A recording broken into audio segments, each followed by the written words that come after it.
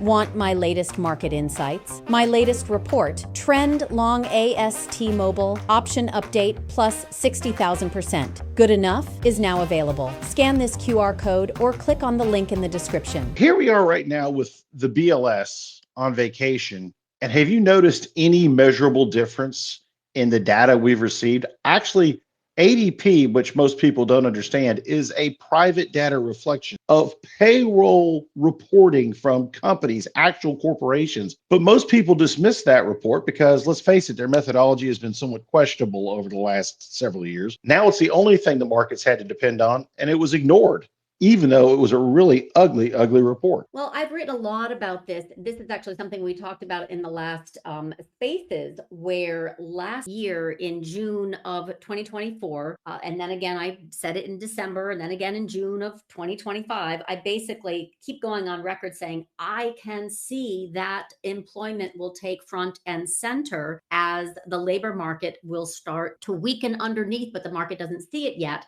And that will pull forward recession risk by end of 2025. So when we had Trump come in and start with the flurry of, the tariff terrors and trade war, it pulled forward the recession risk. And I use that word, that phrase very specifically, recession risk pulled forward, because as you know, we need GDP contraction, for 2 quarters, and it's in a row, and it's usually in arrears where they make the call, but you can always tell when jobless claims start to move higher. And I have a particular level, which I gave last year, and I'm still looking for it. We haven't hit it officially, which is 267,000 jobless claims. We need to get and stay above. And it's not a one and done. We have to get and stay above, and it has to trend higher. Now with the government shutdown risk, Friday night end of week thoughts, I keep really focused on what's going to happen with the labor market because we had a cushion in 2024 when we had the surprise non-farm payroll print for their August date, and that was before the September 18th, 2024 Fed rate cut, surprise 50 basis point Fed rate cut, which was 1 year ago.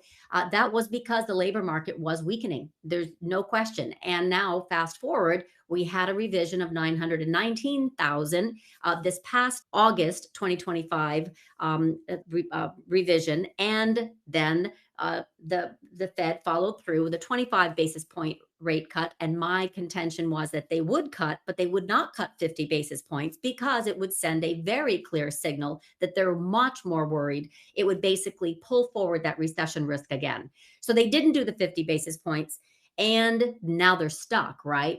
Too little, too much. And, the pressure from politics, all that aside, gold started spiking very strongly as soon as Trump fired Lisa Cook. Fed independence is in the crosshairs. And that is, by the way, by design. We knew coming in that the policies would be very much to devalue the dollar so he could pass more and more tariffs. And I still contend that is the route it will take, except for maybe a trade.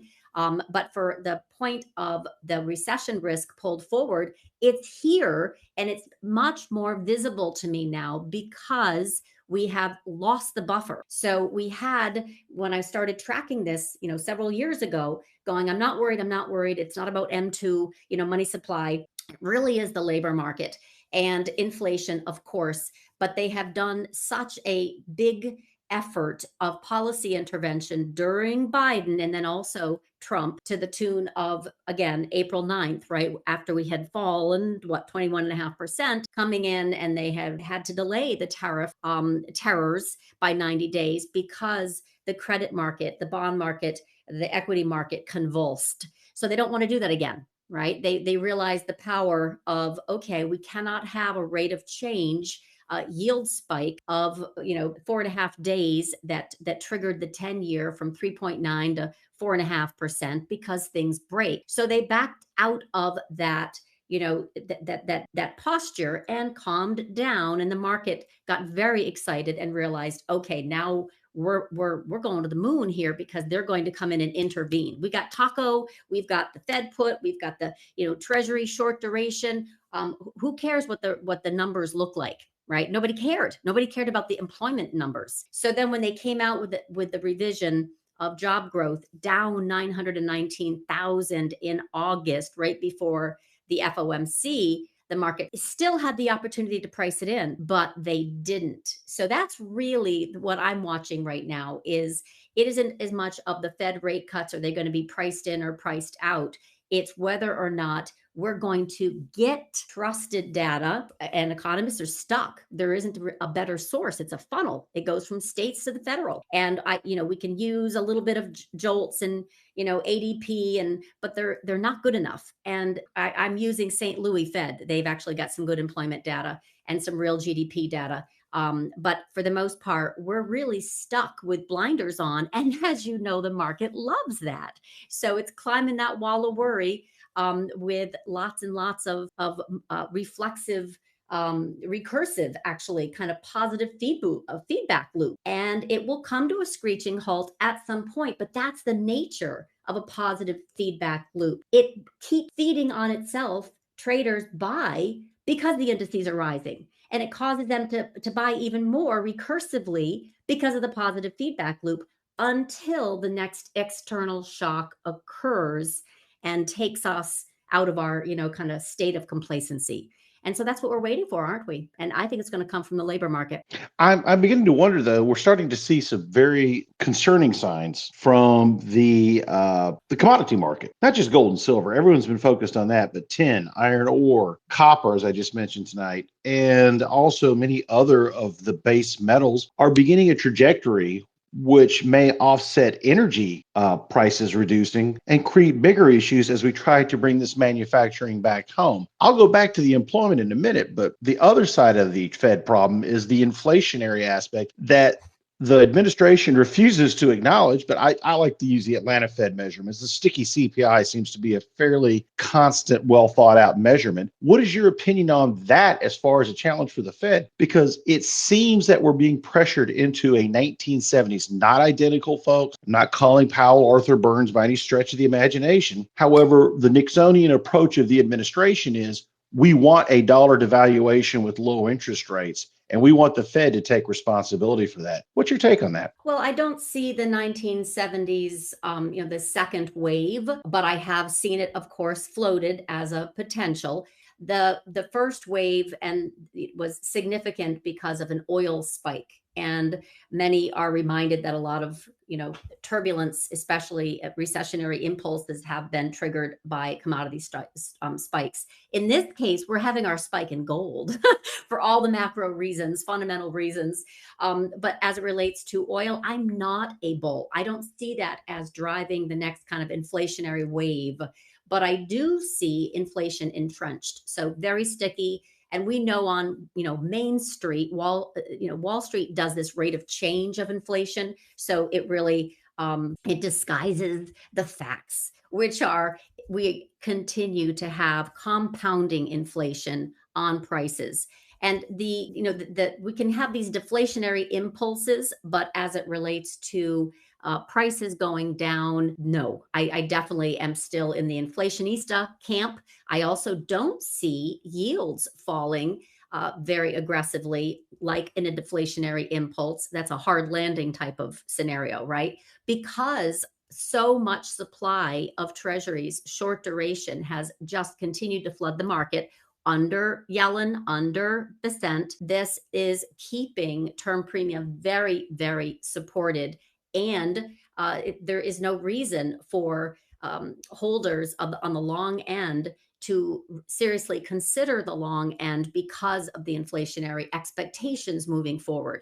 So inflation is entrenched, full stop. Gold is helping with that, to show us that matters. And for all kinds of other reasons, especially the de-dollarization is slow, but it is about this, what Jeffrey, my colleague, calls the external drain, very common in emerging markets, but for US, it's kind of our first time since the 70s, where they are doing trade, obviously, settling in gold outside of the US dollar, outside of US treasuries. We know that demand has fallen, and outside of the petrodollar. So global demand for oil is falling, and in its place, there has been a definite substitution, if you will, and push into EV. So rest of world is benefiting those who, especially China and their mandate, but in less reliance on oil. In fact, so much so that China's now,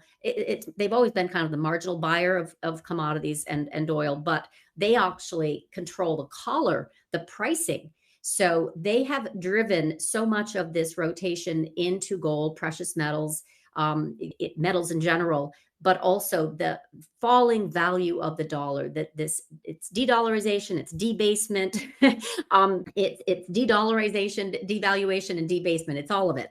So this is actually helping, of course, for things to have things, meaning the commodities, to have much more value. And the debasement trade also makes kind of objects appear larger. So NDX and Bitcoin and the rest, the NASDAQ is obviously advancing very strongly as a result too. So I think the focus on dollar as it relates to falling demand for dollar, oil, falling demand for oil, is going to be actually a trend. And I know that that's not very popular, but it is still my contention. I've had it last year. I've had it, through the sell-off that we had February through April. You noticed that we also lost, yields fell, oil fell, and the dollar fell. So we have this, fiscal dominance backdrop. Monetary dominance is what we know as most, hedge fund traders and the rest are still,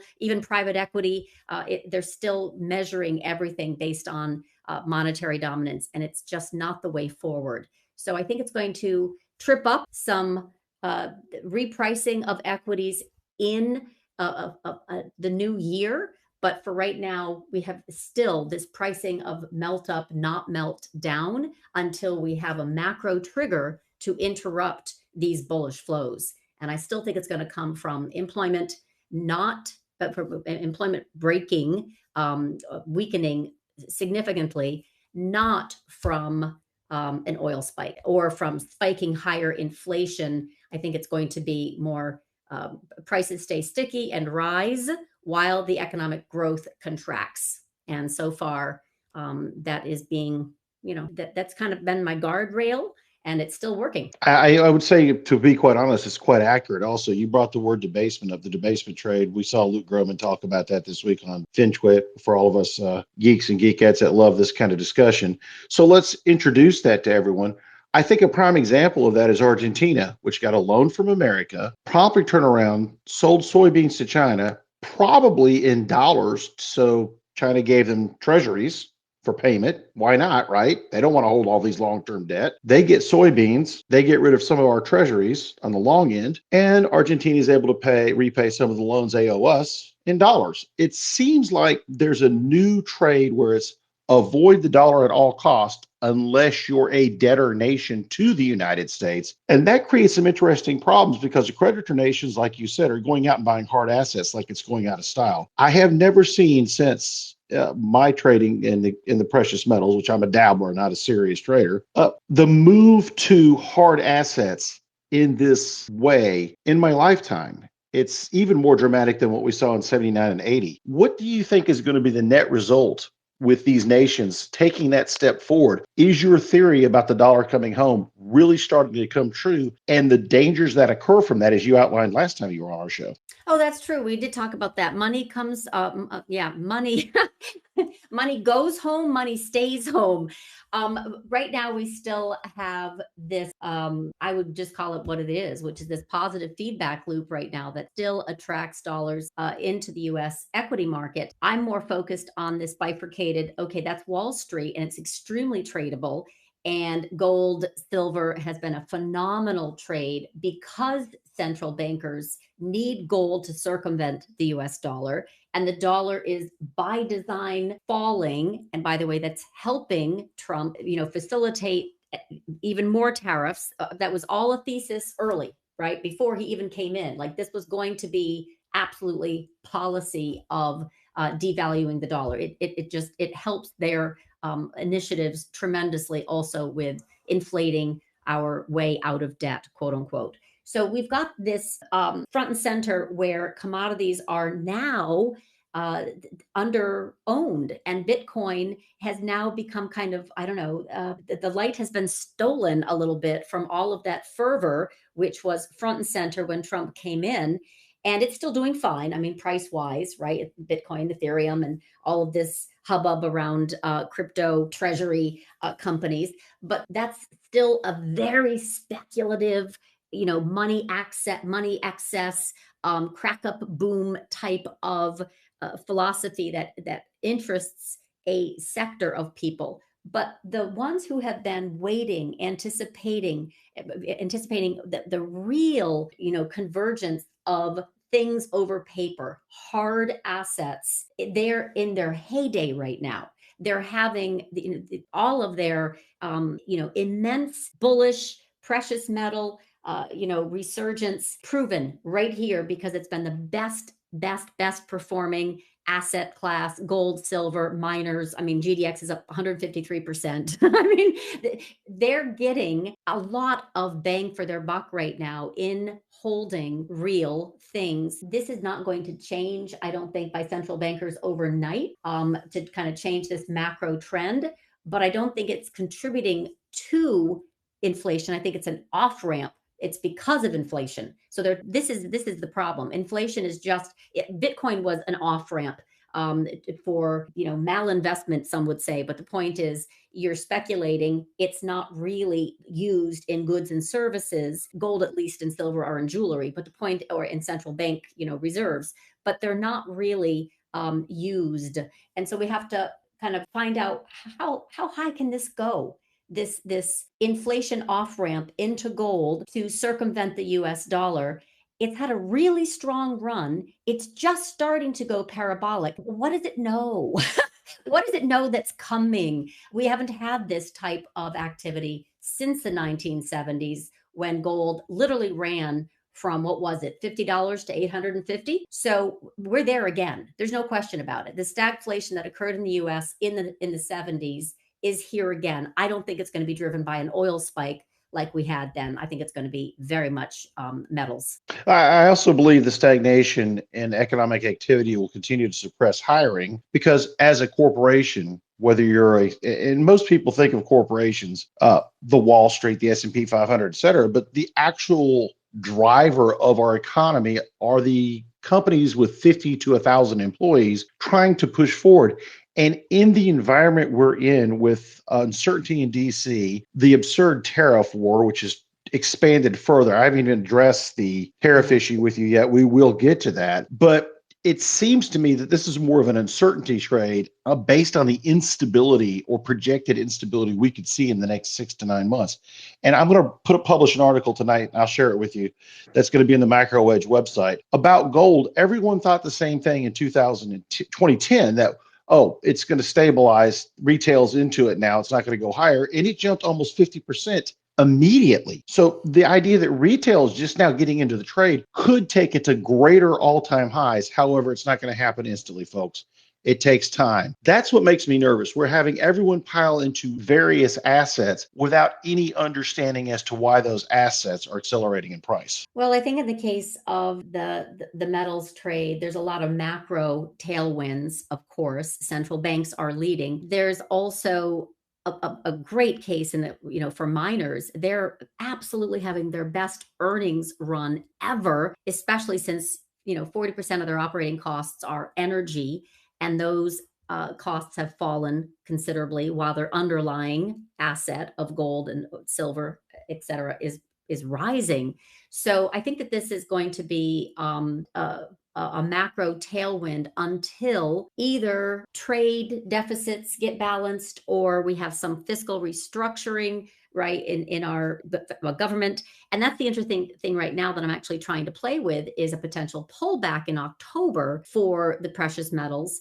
I'm just talking a pullback because we have a kind of form of fiscal restructuring underway right now with the government shutdown. So the government shutdown obviously creates many furloughed employees, government workers that can become, by the way, very easily fired, and departments that can be restructured and or let go. And then all the contractors that are correlated to this government engine. For every one government employee. There's, slated 3 government contractors. So we could definitely have an economic contraction from a prolonged shutdown. And Trump's not afraid of that. He's done it before.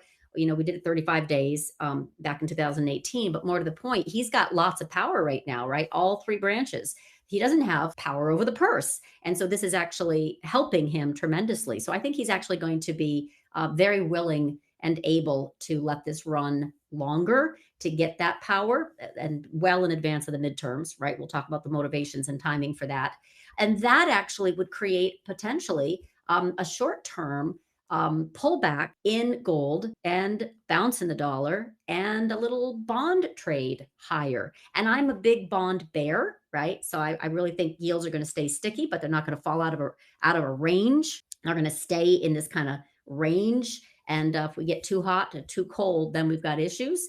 But for the most part, that has been playing out. We have definitely stayed within a range with the 10-year yield, and employment has started to weaken underneath, but term premia is very strong and not letting, inflation expectations weaken very much. So we're not really going to have bonds fall apart right now, but I think that we still have a very bearish currency and a very bearish bond market.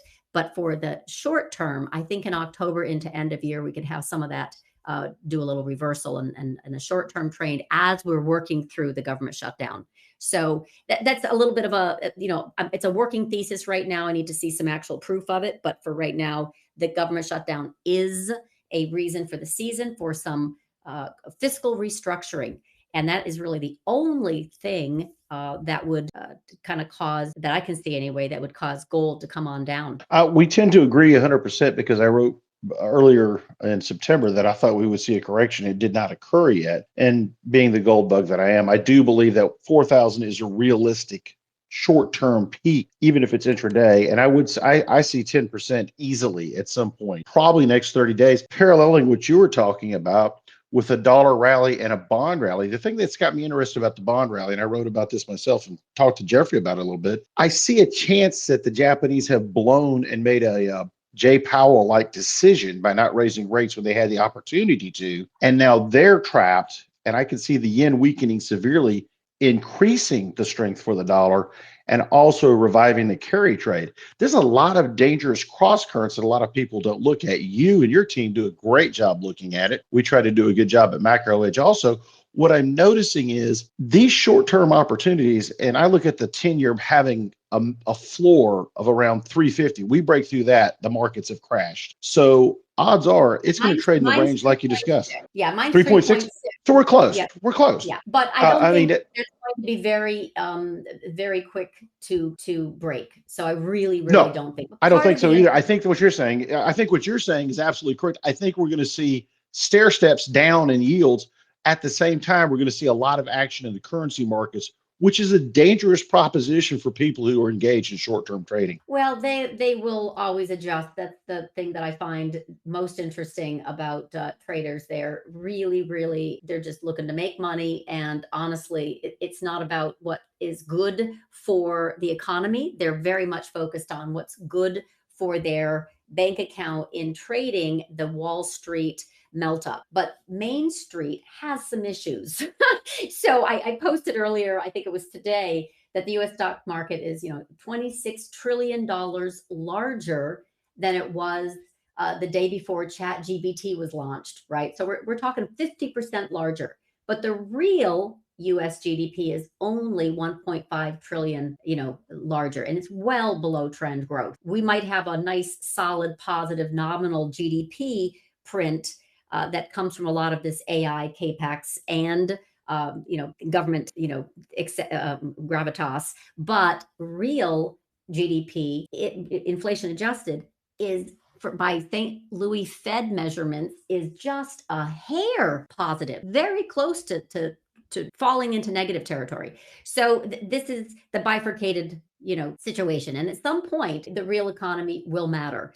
And that's why I focus so much on the labor market and yields and dollar and obviously oil and metals. But for right now, I think this is your point, right? Where we have got this incredible opportunity here to make tons of money from the market. But we're really, at the end of the day, worried about economic growth that's sustainable. And right now, the government shutdown is on my mind because we lost that buffer zone of support the past 2.5 years. We don't have really the flexibility to do the QE like we have in the past. That is very inflationary now. So we don't have that buffer. Printing is definitely stimulus checks, all that stuff that they're talking about is very inflationary. We don't have, forget a conducive Fed. It isn't about cutting in the short term, it's about the long term, and still staying very firm. In fact, I'm a steepener gal. In fact, December, I said, we were zero, right below zero. We went positive, and I said, I can see going to 90 basis points, which is positive for the 10-year, 2-year by the end of this year. We're not there yet. It's probably going to be a first quarter 2026. We've hit 0.64. So, we are still rising in that steepener, and I can see this still moving higher. So I'm definitely not a yield bear.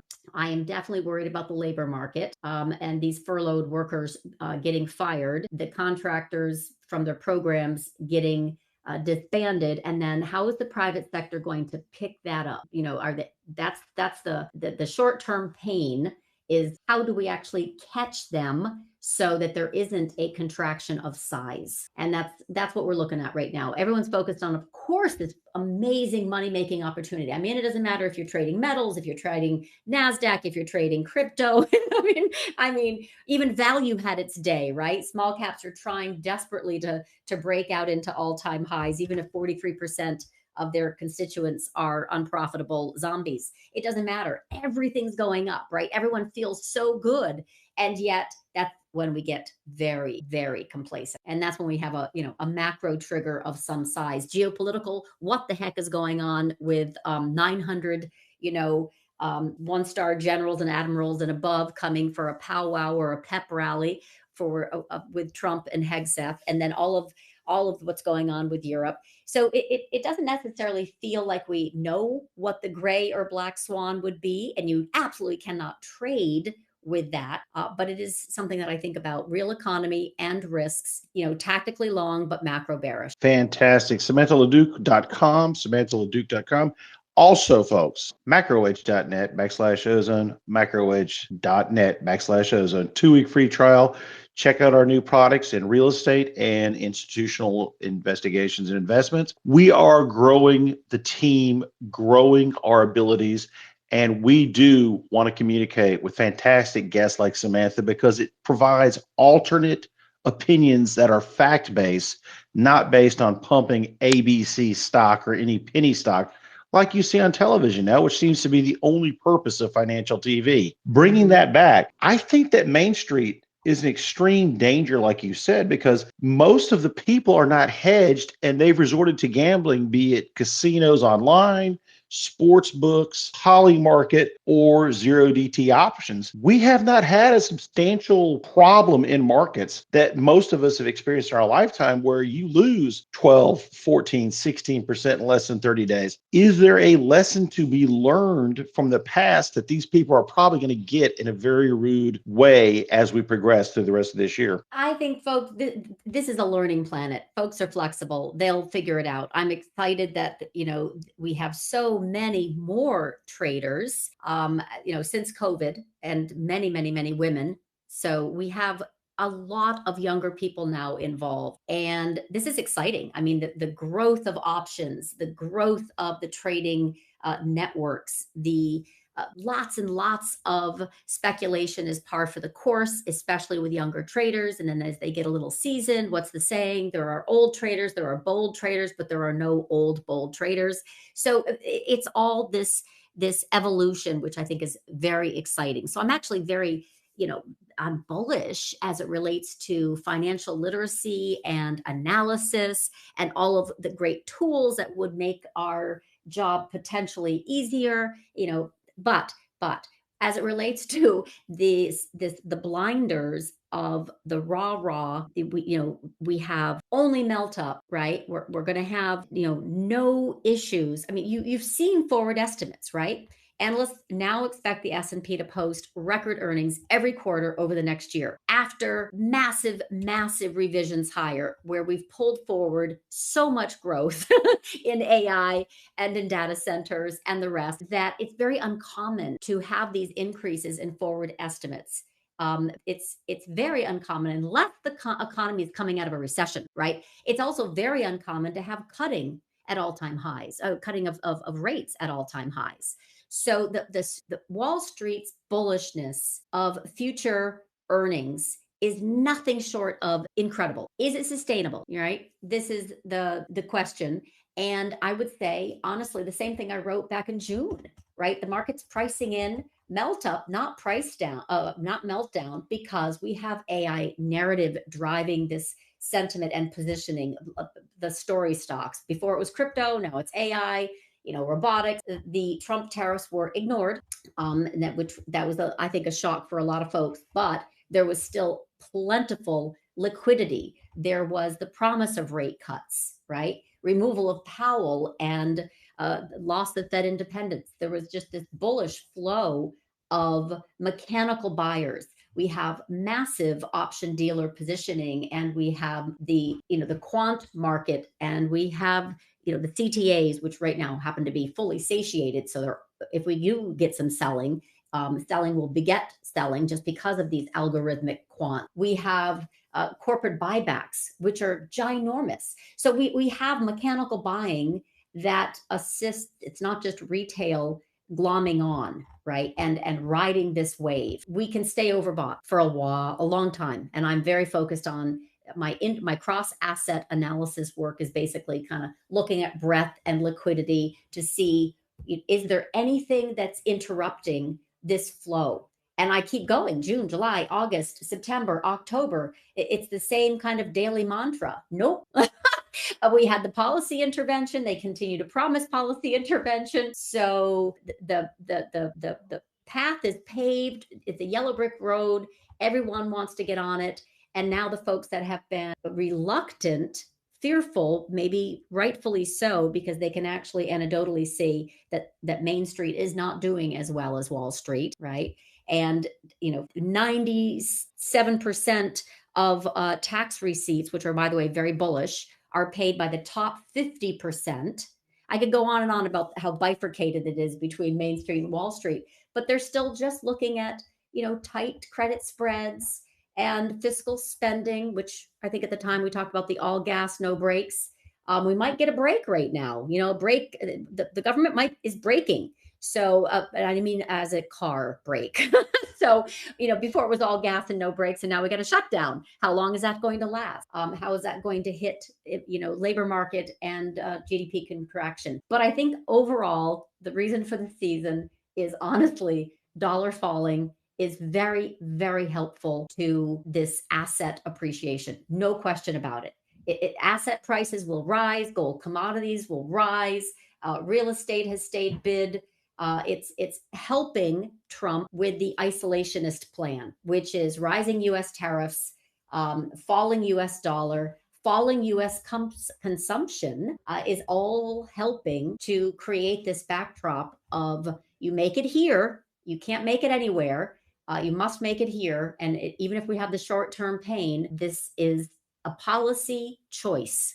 And we're just living in his world right now as it relates to navigating this dollar devaluation. So the yield curve is going to stay very firm. I don't see it falling. Equities will get re-rated when we have a macro trigger. Corporate profits are clearly focused on the AI ecosystem, and the rest of the S&P, universe is flat. And basically employment is the reason for the season for recession risk getting pulled forward. And that will trigger a growth scare of size because we have such concentration risk in the index weightings for the AI, big tech. So I don't think we're going to get a deflation impulse until we can get a solid, rise in jobless claims over that 267,000 that lasts for a while. And by the way, that happened in 2007. It took a year before we had a great financial crisis, right? Where markets crashed 55%. That took a year of jobless claims rising before the market finally took note and said, oh shit, So we're kind of, we could be here and have this talk, next quarter or 6 months from now, and be at 8,200. You're spot on. In fact, 2007 has been an example I've been citing, which is why I think we're going to see a further rollover in rates in the short term. Like you said, stagnation is to be expected with an increase in rates next year. But I think the increase in rates will not occur until we see a dedicated effort to pour sovereign bonds onto the market at the long end. In the short term, you have no reason to buy a bond beyond a 10-year yield. There is no practical reason to hold that for 10 years unless you're a sovereign, unless you have to trade with the United States. That brings me to the other credit risk that's hanging out there. We're starting to see some fraying on the edges, and that's private credit. We saw a tricolor and it's fraud. That is the one thing I'm wondering, is that the grayish swan that could scare markets? Because you see it, that not only is a reflection of speculative risk in the subprime arena, but also what the hell's going on at the regional and community bank level that we don't know about because we're not making an effort to discover it, and we're trying to conceal it, not just from investors, but from the public as a whole. No, I think it's a great point. Even if credit spreads are tight, doesn't mean that credit quality is good. And that's really where I think Jeffrey and yourself and others are kind of narrowing in. Also, a reminder, the Fed does not create the recession.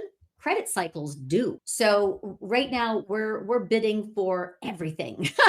And at some point, this credit cycle will come in and start to kind of reprice some of those faulty expectations in private credit land, but it doesn't. It's not big enough. In other words, it's concerning. It starts there and then it moves into like the the ABS market where we saw the auto lending bankruptcies of Tricolor and First Brand. And then it starts to widen credit spreads a little bit, but it's still not enough to really create the repricing, or I should say, to price risk in. So fraying at the edges needs follow through, just like, any chart, right? But that's where I think it's going to get interesting, is where the credit quality has been degrading and it's not priced in. So will credit lead equity, or will equity lead credit? Either way, there's clearly a case, and I know Jeffrey has been documenting this in great detail for our Edge clients. It's a repricing of credit, and this is going to appear next year. So you can see it in the consumer lending sector, right?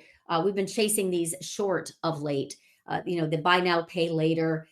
There will be a Carvana, come to Jesus moment at some time. But the point is, you have consumer lending that is starting to filter through into repricing of the banks that are associated, as well as the consumer lending space. It has weakened at the big banks, no question about that. He's done a lot of work on this, and now that those opportunities, of course, are picked up by the wildcatter banks, right? The SoFis of the world, and that's very exciting. And people get very excited about this new opportunity, but at the same time, the credit quality is poor. And that is harder for those who are not looking to see, because they just see the price of SoFi, it just keeps rising and it's very exciting. But they're actually the trigger before the repricing, because consumer lending is weakening. So this is a theme, long story short. Just like private credit can have cracks, employment can have cracks, consumer lending sector is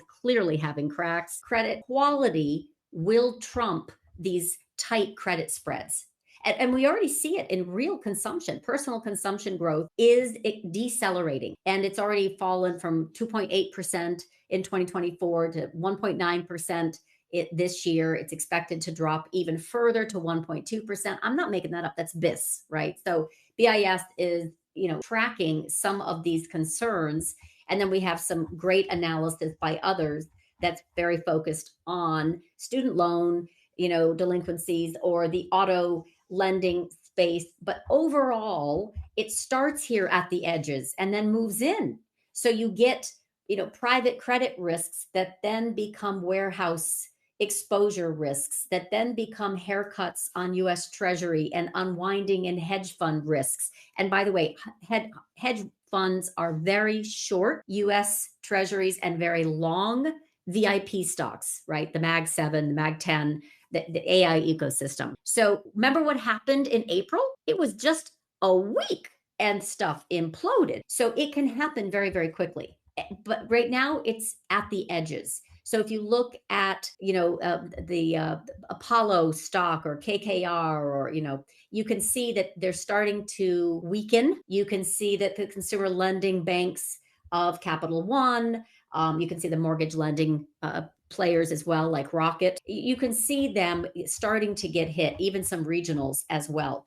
And this is the thing that we now have to be alert for, which they can expose credit systemic risks, but it's at the edge. And so no one's really worried about it. So I guess in closing, I would say I focus on growth rotation. So if I see a growth scare about to happen, growth value is an intermarket ratio that I track very, very carefully. And then all this macro stuff that we're talking about right now, which is private credit problems, are harder to track. So I refer to experts who do that. Okay.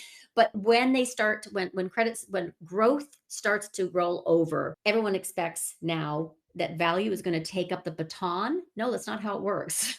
It's very hard. You have in lieu of sector rotation, you will have volatility. And the small caps are not going to be strong enough to compensate for the weakness in a growth scare. So credit spreads then immediately widen. Hedge funds immediately start to unwind their UST shorts and their Mag 10 long. Remember, that's a pair trade. And then what happens? You get higher yields. So you and I are both in the camp that from this government shutdown, we're going to have potentially a bond spike, maybe dollar spike, maybe gold pukes a little bit, but this is not the trend, right? That's a trade. Ultimately, when we get hedge funds unwinding their massive pair trade of treasury short and mag long, then you get higher yields and you get higher cost of financing, higher term premia.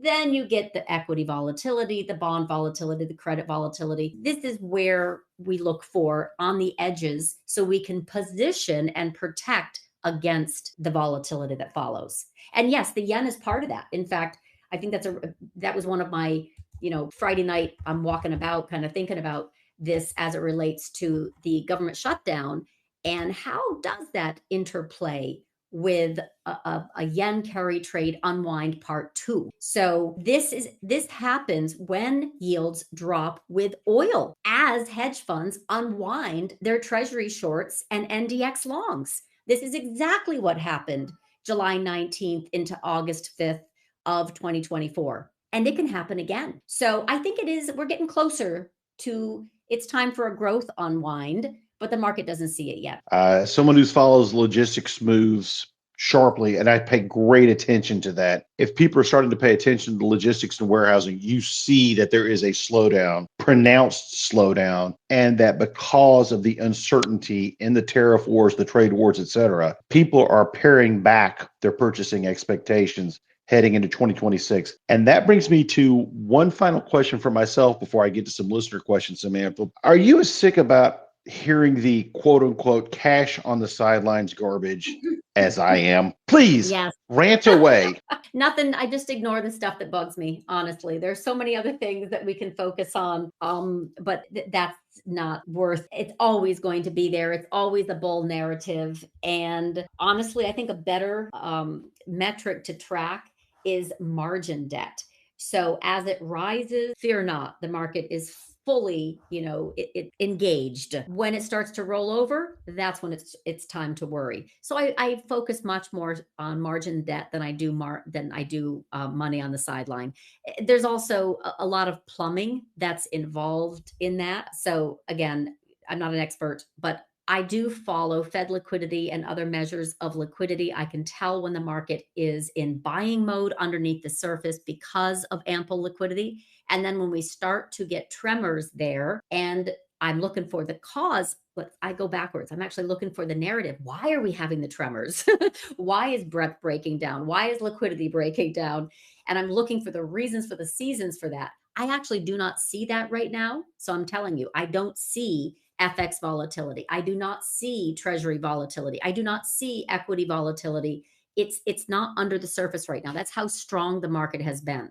And I'm very good at finding those inflection points. So that's it in a nutshell. Money on the sidelines, I could care less about. I really want to focus on the appetite for risk, and when it's time to de-risk and navigating all those turns, that's my game, much more so than just sticking to a very, very lazy narrative of money on the sidelines will come in. No, actually, money on the sidelines might be used to afford higher electricity bills, or they're not measuring the same thing that we're measuring. So I think that is just kind of a lazy bull argument, and it's one of many. I agree 100%. Now, we've got Amanda Goodall in the room, and her and I discussed this. So a question was asked of one of our team, the mismeasurement of the gig economy or the lack of viable measurement. Now, MacroEdge will probably take a crack at this, because if you put data out there, we'll try and sniff it out and report on it, and hopefully it validates in the long term. Do you think the inability to factor the gig economy jobs and their actual net pay to the contractor, for lack of a better phrase, is of any importance when you do your labor market analysis? Not particularly. No, but I'm not like Melody and others who are very, very focused. Job chick, I love her. They're very much in the weeds of this. So I'm looking at the trend, and I can't show you because we don't share charts, but I'm looking at the trend of job growth. I'm looking at the trend of job openings. I'm looking at the trend of hirings and firings. I'm looking at the trend of unemployment and by sector. I'm very focused on the construction space. We've already started to see some weakness there, which is always a precursor also. So these are, and jobless claims for sure. So I'm looking more at the trends versus particular prints or in the weeds like you're referring to. I am very worried about the AI coming onslaught to the labor market as it relates to we've built so much up in our minds about all of the productivity gains and the revenue gains, and some companies are doing gangbusters, there's no question. Others are preparing for it, and there will be a lot of transformation, and it will be to the benefit and also to the dismay. It will also have a dark side. That's why I did that column recently for clients called Recession into All-Time Highs.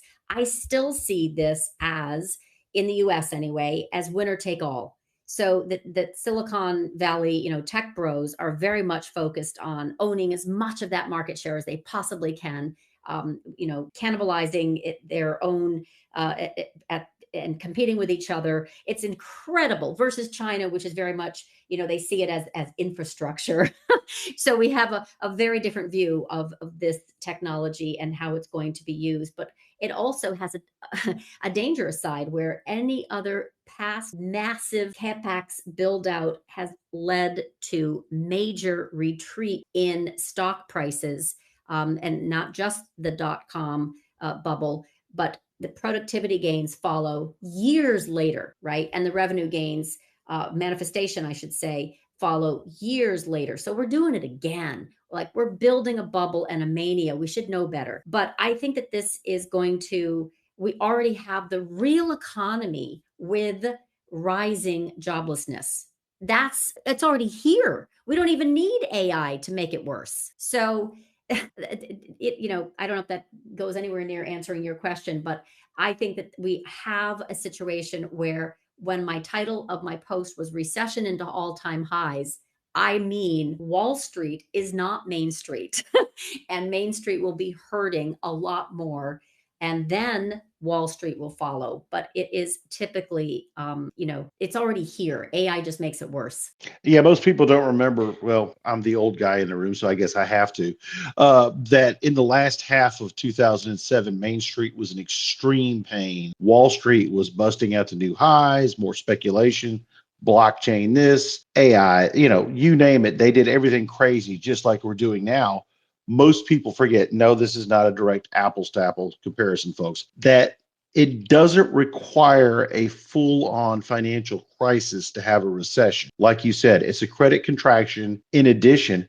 And my fear is they're just going to reevaluate how credit is measured like they did after the great financial crisis, which brings us to real estate. And this is the dangerous part of this entire equation right now. Commercial real estate, for lack of a better phrase, is in full bore, and I'll use Mr. Awesome's non-polite version of the word, suckage. And residential real estate is starting to hurt. We're down 20% plus in most of the major Florida markets, and it's about to drop substantially more as the demographic and condominium crash washes ashore. When you start paying attention to real estate, hard assets, real land, real houses, real property, that's where I think there's some risk to the financial system from that perspective. Where do you see first the opportunities and second the danger? Because they both go hand in hand heading into a truly recessionary period. Well, we're in a much better shape. That's the good news as it relates to homeowners with equity in their homes and in their incomes, et cetera. But it's definitely not a situation where I think the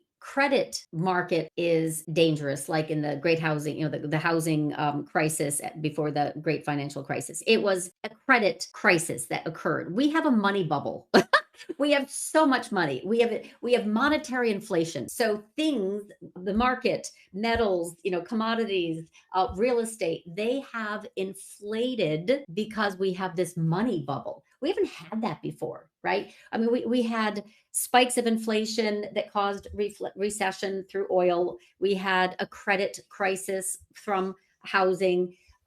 We've had different manifestations of economic slowdown, but never from a money bubble that has burst. I don't even think that was the 1929 cause. So I don't really think we've kind of been here before. Normally monetary inflation backdrop is good for housing, right? But it's measured in dollars, which are devaluing. So that's why the transition so strongly into precious metals for many following central banks who are trying to sidestep the dollar. I think that I've been very bullish the housing market because it was monetary inflation backdrop. Now I'm starting to get a little bit nervous, but not enough to do any, commentary on it because I'm not a foreclosure bro by any stretch at all, because I'm an inflationista, and our greatest inflationary asset for many, many, many on Main Street is our home. So I'm going to defer, back to you if you have a better feel for that, locally, regionally, nationally. But I'm not a bull on home builders anymore. I definitely think we will have rising inflation and costs and yields, so that will keep things elevated until the money bubble bursts. And I don't know when that would be. I'm not going to put a time frame on it because every time I use that dartboard, I end up bouncing it off and hitting myself in the foot. So I hope that answers everyone's questions. LaDucTrading.com, LaDucTrading.com. That's LADUC trading.com. Again, at Samantha LaDuc on X, and of course, Substack. Search it, sign up for her free newsletter, then pay for it. Do yourselves a favor. So Samantha, I've got to ask a question. My impression of the economy and many others is the quote unquote K-shaped theory. Mm-hmm. It is visible. It is viable. I wrote a piece about how I believe Amazon would never have gone to a budget grocery private brand model if it weren't for the persistent cumulative levels of inflation we've seen. This brings me to the 70-30 aspect in the K, which is why we're not in a recession. However, if we suddenly see a shift to an 80-20 or 85-15 K, we're going to be in a pretty good size stagflationary recession. And a lot of people hate that phrase, but that's the 1970s in summary. I was there in the late 70s. Trust me, when you're getting out of high school, going into college, and gas goes up to $1, you freak out. When you take a picture and snapshot of that, is that the risk you fear? A demand and credit collapse, demand for credit and product or goods demand collapse coinciding at the same time, creating the actual recessionary conditions? This is which is chicken or the egg. I still view the backdrop that we have transitioned from monetary dominance into fiscal dominance that will show, even during a recession, that long bond yields in monetary dominance fall. That's what folks are right now counting on. That's what Trump is promising, percent, Miran, the whole bit, versus in fiscal dominance where they do not. So that makes everything very, very different. This is more emerging market type of future than I think the US is accustomed to. So inflation and loss of real income are not contradictory in fiscal dominance. We can have both, and not as bad as Argentina, right? Their real income has plunged for decades. They've had massive inflation, but you can have a credit crunch and inflation in fiscal dominance, and that's what I see us having. Does that make sense? Absolutely spot on, perfect, because the game, the way they're playing it, and I saw this with the article on Reuters about FICO, their shares surging, Free Isaac, Yeah. as the government has allowed them to sit there and use that scoring system for mortgages. Well, folks, if you're not paying attention to this, this is the plumbing that Samantha referred to earlier. If you're able to increase the credit scores by changing the system and measurement, it justifies our government, the taxpayers, buying the mortgage-backed securities and more garbage subprime real estate loans being issued. This is how we got into the problem in the past. And it seems to me your theory of an inflationary situation with stagnant growth and an attempt to use fiscal dominance to push it through is only going to make the inflation worse, much Correct. worse. Higher policy rates only feed inflation and inflation expectations. They increase debt servicing costs. I mean, that's just how it is. And it doesn't even matter if we go to war or we have some more printing of dollars to finance wars. Recession, you get high yields in fiscal dominance. So this is where I am, kind of focused on what will hit trigger first.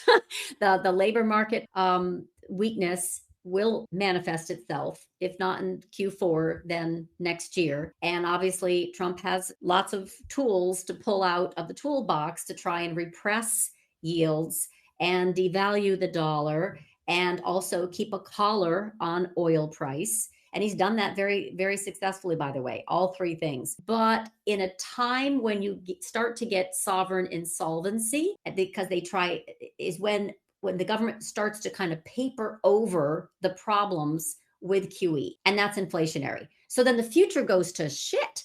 And that causes yields to rise to compensate for it. So if his plan, it's also about the rate of change. If the dollar just falls very slowly, like it has, we're down 10%, whatever, market is up, that's helpful to the market. But if the dollar starts to fall at a rate of change, that's very destructive. So that's what I'm watching is how tightly can Fed, Treasury, White House control the falling dollar and try and get yields down through this quote unquote soft landing when in fact term premium is rising all around the world. Rates are rising. Long-term interest rates are rising across the G7. And we're like, what? 60% of them have done rate cuts, but it didn't matter. Yields and term premium are still rising across the entirety of the G7. That means their monetary policies are not working in fiscal dominance. Full stop. And with that, I wish to thank you once again for joining us, answering my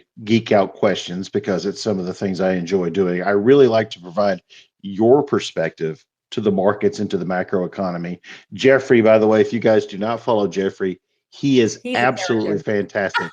Yeah, him and I barter. You see him and I bantering back and forth all the time. It's one of the key things that if you're not willing to engage and ask questions and offer opinions, well, what's the purpose of social media? That's my whole Yes, point. yeah. And It's this is where having this forum is fantastic to have you on board with us. Oh, thank you. And I honestly, I run live trading rooms, right? Like I have focused on chase and swing and trend timeframes, but my focus of having him come in to round out the very, very unique perspective about classical economics has been critical to my ability to also better time macro trends, no question, or to have higher conviction in the trends, because now I understand much, much better what has happened in the past, right? And how this can morph into the future from a precedence standpoint. And monetary policy is how I was trained. Most of us were trained, and this is gone. This has been replaced, and that's why it makes it very difficult to appreciate how disposable income is falling when they're measuring the wrong thing.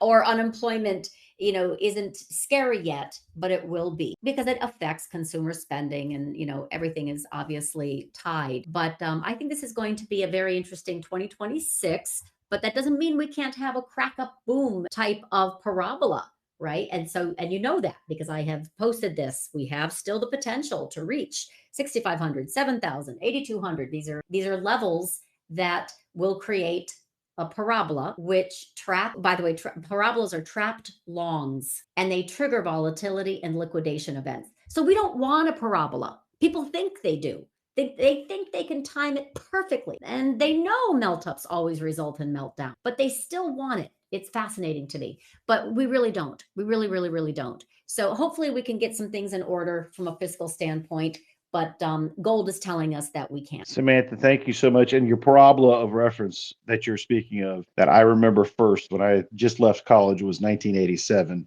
And that was a fun one to watch live on Financial News Network, let me tell you. Please promote your websites, promote your Substack, and please come back to our show again. We enjoy having these discussions, and we like being able to go a little bit into the weeds to see what's happening behind the big picture, and not these flashy headlines that we're all supposed to absorb and believe in religiously. Well, I appreciate it very much. It's a joy to talk with you too, because you get this stuff.